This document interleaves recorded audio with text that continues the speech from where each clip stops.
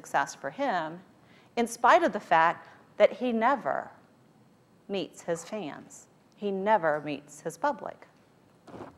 Good enough. And then he showed up on Twitter. And everybody said, Richard Bach's on Twitter, you gotta tweet him. You gotta tweet him. You gotta talk to him. I'm like, why? This is a man who shares everything he's got to say through his books. I don't think he really wants to tweet with me. So I didn't tweet him. And then one day he said something to somebody else on Twitter, which is a whole nother educational path that we could go down and we aren't going to.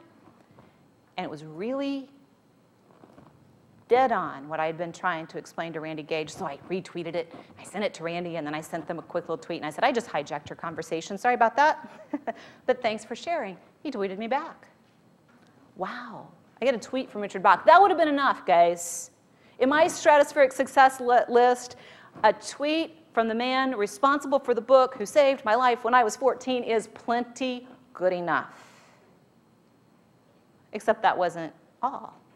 I was sitting at a seminar. I was going to be last to present, so I hadn't presented yet. We took a break. I checked my phone. I checked Twitter. I know. It's how I communicate. It's where my presence shows up. So I checked Twitter, and there's this tweet from Richard Bach that says, I downloaded your Brick Walls book. I love your powerful practical ideas for challenging the impossible, or something like that. And I sat there, still yet to present, crying.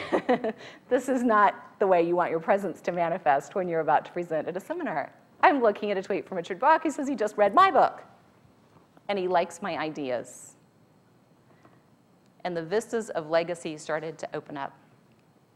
So of course I tweeted him back. What are you going to do, right? We started a conversation that eventually led to emails. And he says, why have you not published a book?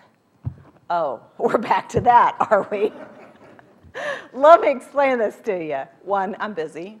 Two, publishing a book isn't really high on my success list. And three, I can't write. You don't say can't to a guy who's better at blasting through brick walls than you are. You just don't. So needless to say, I'm almost finished with a book.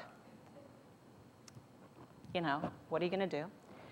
But the important thing that came out of that was phone calls, encouragement, and the last of these dialogues that brought home the 5 essential elements that I'm going to share with you next, because Richard Bach did an interview with me.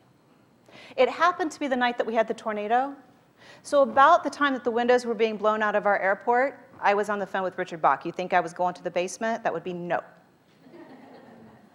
No. We went through that sound file